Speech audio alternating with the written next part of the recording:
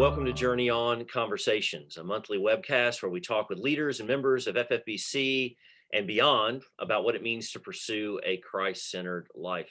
I'm Dr. Jim Thomas, Senior Pastor here at First Baptist Church. And this month, we're talking with Pastor Jairo Campos, who is the founder and director of Project 70, a Brazilian-American church planning partnership. And that has existed now for 20 years. So I'm excited to welcome Pastor Jairo Campos to Journey On Conversations. Pastor Jairo, how are you today? I'm doing fine, thank you.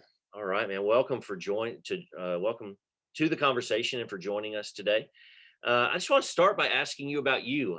There are a lot of people in our church have heard about Project 70, but may not know about you. Why don't you tell us a little bit about you, about your past, where you grew up, your vocational background, maybe your call to ministry, and then kind of your journey, if you will. All right, I was born in 1971 in Rio de Janeiro, Brazil, from a Portuguese father and a Brazilian mother. And I grew up partially in Brazil. My parents went as missionaries to Portugal when I was 7. And my father did missionary work between that 1978 until 10 years in Europe actually. I spent 6 years in Portugal, 6.5, and 3 something years in France. So we came back to Brazil. I went to med school, became a surgeon, and after that I felt God, really, or actually God's kingdom and the need for the kingdom pushing me or calling me to a different direction. After a mission trip that our church in Rio did to a very remote area in the state of Minas Gerais, my life was changed because I saw so much need for material things, but also for the gospel and Christ. And I remember coming back really shaken by that, and my life was changed. From that point on, through a series of events, we ended up being in Fort Worth, Texas, for a master degree in theology. And I started my training there to become a pastor and a leader. And the project was born, in 2001. By the same time that I was starting my theological education. I have a wife she's the same age as I am, 49 years old now. We have 10 kids, 2 college students, 3 high schoolers, 1 middle school, and 4 elementary right now. And so you're very busy. I am. Or Raquel is, one of the two. We both are. Yeah. That's awesome. What is something unique about you that maybe people don't know? Well, unique. I like sports. Our family is we don't do competitive sports, but I like kayaking, bicycling, swimming. I swim and run. Try to keep my belly inside the pants. Amen. And we like music as well. We have our family is a band, so music is pretty big in our home. How many languages do you speak? I speak Portuguese, English, French, because I did my high school there. And in Texas, I had to learn to speak Spanish. Oh, yeah. Yeah. How close is Portuguese and Spanish? Is it transferable at all? They are part of what is called Iberian Latin languages. So like French and Italian, Romanian, Portuguese and Spanish, they were developed from Iberian Latin. So we actually have 7 languages, not dialects, in the Iberian Peninsula that are very close, not the same, but they are very close. So if you go to Spain, even Portugal, there are some regions that speak some kind of language in between Spanish and Portuguese and French, like Occitan is a language that it's between French and Spanish. So it's pretty close, yeah. But it's not the same. How many of your kids are at least bilingual, or most of them bilingual? Well, I think all of them are. We were surprised that John Paul, our last son, uh, he got here and he started speaking English with Americans. We were right. He got that. So he was, of course, not perfect, but he was finding his way around and not shy at all. That's great. That's great. Well, Yeah. for those who are, we've been partners for a while now, both you and I individually and us as a church in Project 70. But for those who may be watching today for the first time, why don't you just describe what Project 70 is? If someone said, "What is Project 70?" What would you say?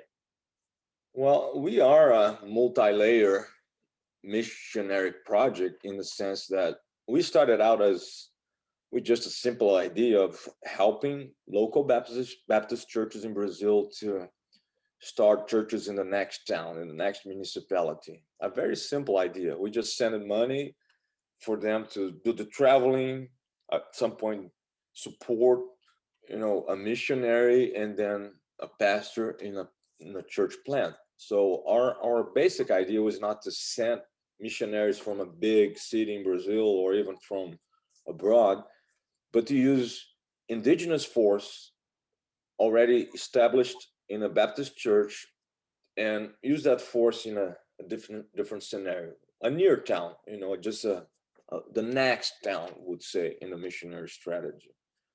So out of that we grew quite a bit. That brought a lot of attention uh, in the American circles here in Texas, and so we developed a lot of partnerships. And at some point, there was a need for training. Actually, those we had a lot of leaders, church leaders, pastors that were, or planters, I would say, that were in need for formal theological training. So we developed a seminary based in their needs. We were inspired in an institute, a theological institute in Texas that's called B.H. Carroll, that came out of Southwestern, and they go by terms, and that was very successful. And it was a full, complete 4-year program, theological training, and the seminary became also another amazing thing, features for the project. It still is growing very fast. We have 150 students right now in 3 different levels. The bachelor's level, that is the formal theological training for pastors.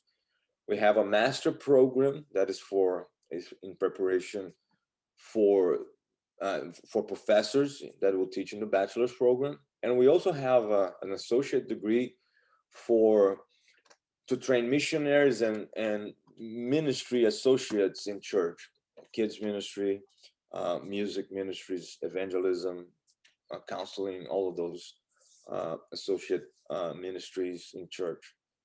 So that happened in 2009. Another feature that we have, another layer, is the missionary trips, and that started in 2007.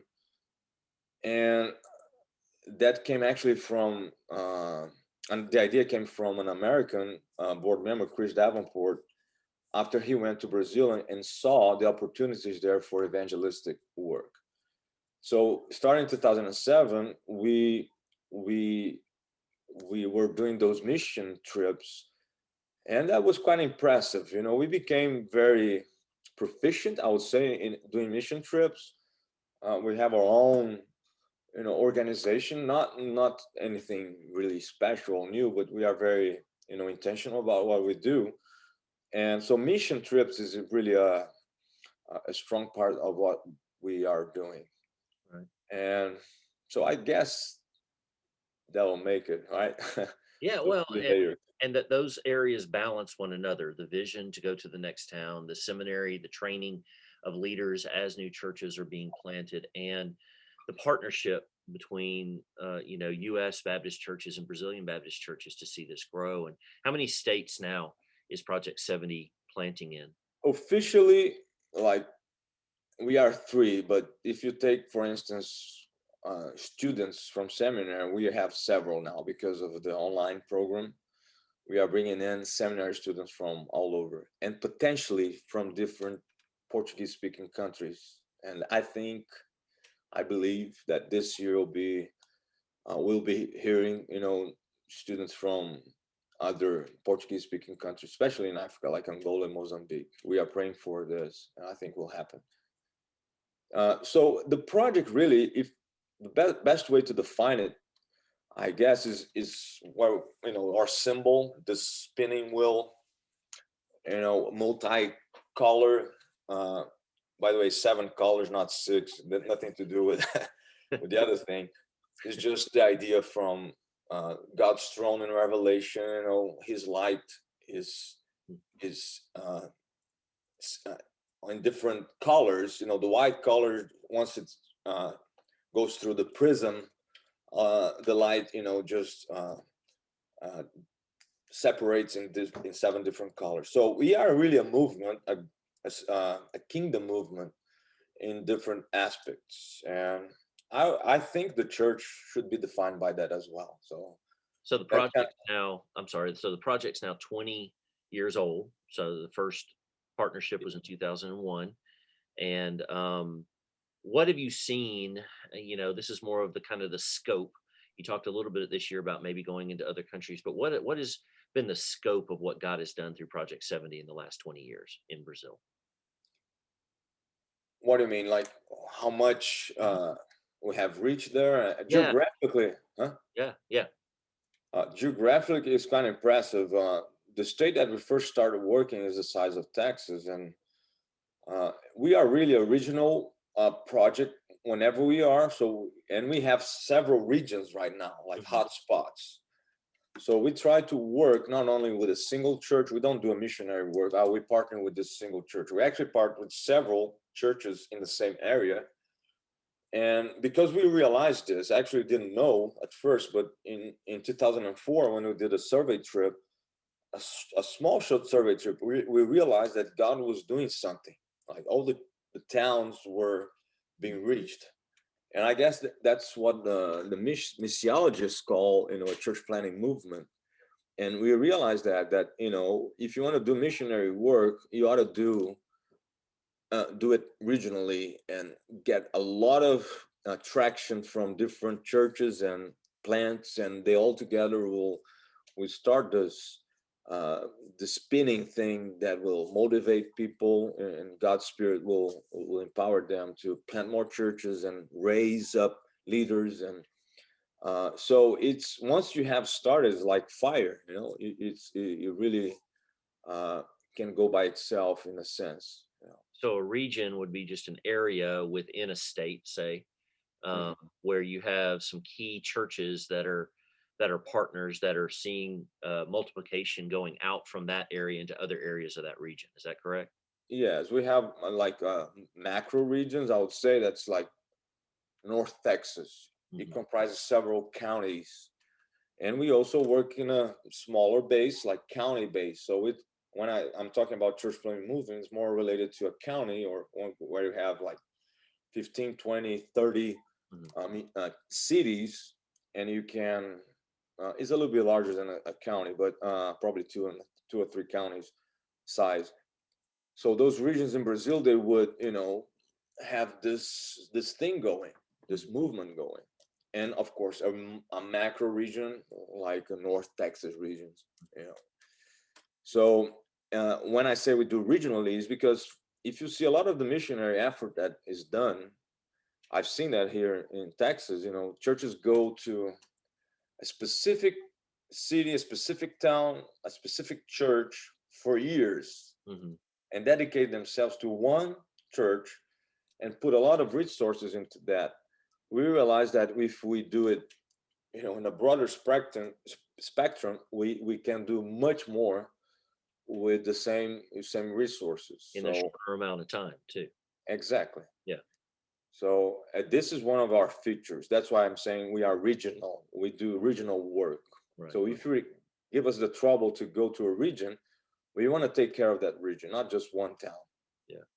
What are some of the biggest roadblocks, some of the biggest barriers that you've encountered in 20 years in planting churches in Brazil?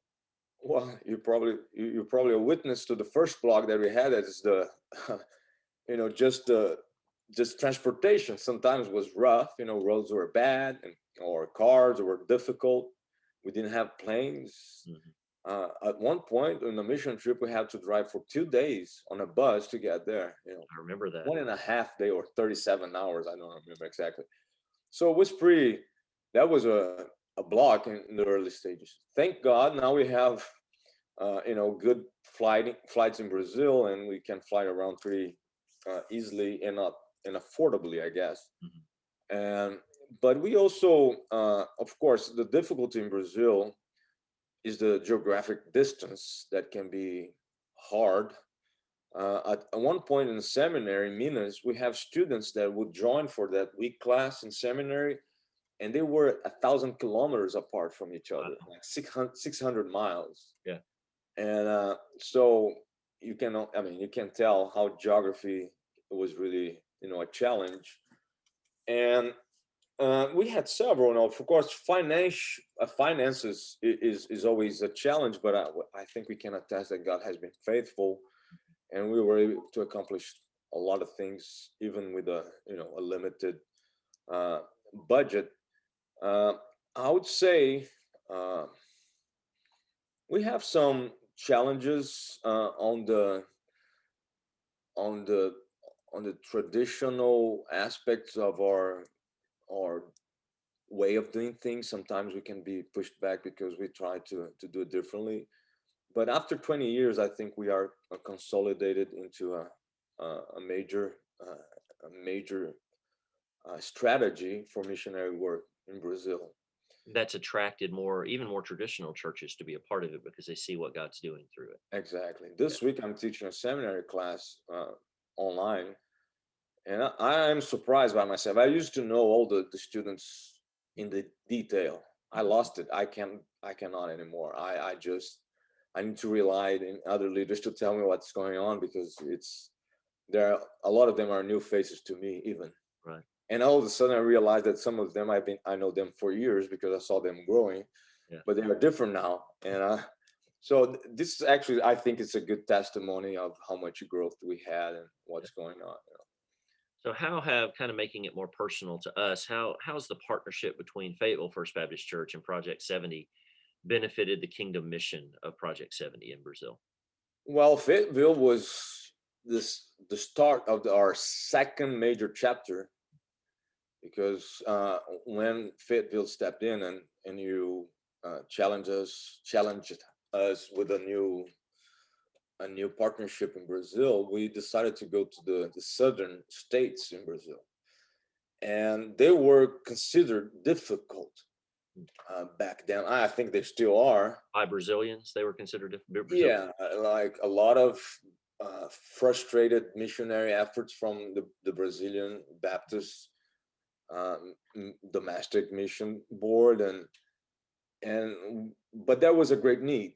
We were working in the southeast of Brazil. That's where we started, and the challenge now was to start the project in Santa Catarina, in the southern part of Brazil. And the thing about that state or that region is that they are very European, in the sense of they have a big German population, Italian and German, and other, like Polish, Mhm. uh, even other, ethnicities. And because of the cooler weather, also, I guess, all comes along to create a colder or cooler atmosphere. And people would say that it was really hard to plant churches in Santa Catarina. So because of Fayetteville, we felt challenged to go, and we were prayerful and fearful at the time. And after we did, I mean, Fayetteville did we have another survey trip in 2012, October 2012, right? You were there, and of course, you were the main uh, character in that equation. But uh, after 7 years, I would say, because we started our work actually in 2013, or 7 or 8 years, we have accomplished amazing things, or God has accomplished many things, amazing things. We indeed planted several churches, revitalized a few, but most importantly, we raised up a lot of leadership from the land. German descendant, Italian descendants, or native, because they have also native, Brazilians, I would say, and mixed with those European nationalities. But the bottom line is, we have people from the land, and what was considered to be difficult now became a major resource for the project. We have strong leadership, national leadership from Santa Catarina, and and we have, of course, seminary students in all levels, and several church plants and church planted and built a few over there. And I think we can say confidently that we have been successful, or God allowed us to be successful in such uh, challenge. uh, and it's quite surprising, actually. That gives us a lot of confidence about what God is doing, and the strategy that's behind, And the the courage project. to move into new areas as well, which Project 70 is continuing to do. Exactly. We feel like God gave us, something that are very precious, and we need to share that, and we need to expand even more Mm. because of that. Well, that being said, what can our church be praying for our partnership about, the project about in 2021? What are one or two things maybe we can be praying about? Oh, I just forgot to mention, the online project that we did this year was also forefront of a new era. Right. And amazingly, that has brought a lot of attention because of the results that you were able to attain through an online mission project. And again, FBC Fayetteville was the pioneer, and accept the challenge to do such an awkward, Mm. proposal. Yeah. And now we have several churches in Texas actually willing to do the same. And I think this will become a major thing for missionary work. Amen. And so we can pray. I think 2020 was a great year for the project, believe it or not. And I don't want this to sound bad, because of course a lot of people died from COVID, and a lot of families were affected, and we are really uh, thoughtful about that. But about God's kingdom and the project itself, 2020 was a great year because the seminary expanded through the online courses. We developed this missionary on the mission online mission trip that Hmm. it was part of the need, and that became, I think, now a great tool for what's next. But also it opened a lot of doors for 2021. And I already said it, and this is one of the challenges, and I think it's right in our face that we now can able to reach other regions in Brazil. Right. Brazil is a huge country, it's the size of continental US, and also different other countries that speak Portuguese in Africa. And we have 7 countries in the world that speak Portuguese. Is number 5, or actually on the Western language after English and Spanish. Portuguese is the most spoken language, uh, and there's a lot to do. So we need to pray about this for God's direction, uh, going towards that challenge. Yeah. And I believe what we have is a theological education revolution in our hands. If God allows us, and I think we have the resources, the human resources to address that. So, Amen. Well, Jairo, unfortunately, our time's up. We may need to do a part two in the fall or later on or something like that. I just amen. love talking through this and dreaming with you, and obviously partnering with you in ministry. And if you're watching today and you want more information about Project 70, you can look on our website on fayettevillefbc.org and go to the mission section and read about the partnership there, or project70.org. You can also connect with Project 70 through their Facebook page or other social media outlets as well. So, Jairo, thank you for joining me this Thank month on Journey On Conversations. thank you. Thank you, FBC Fayetteville.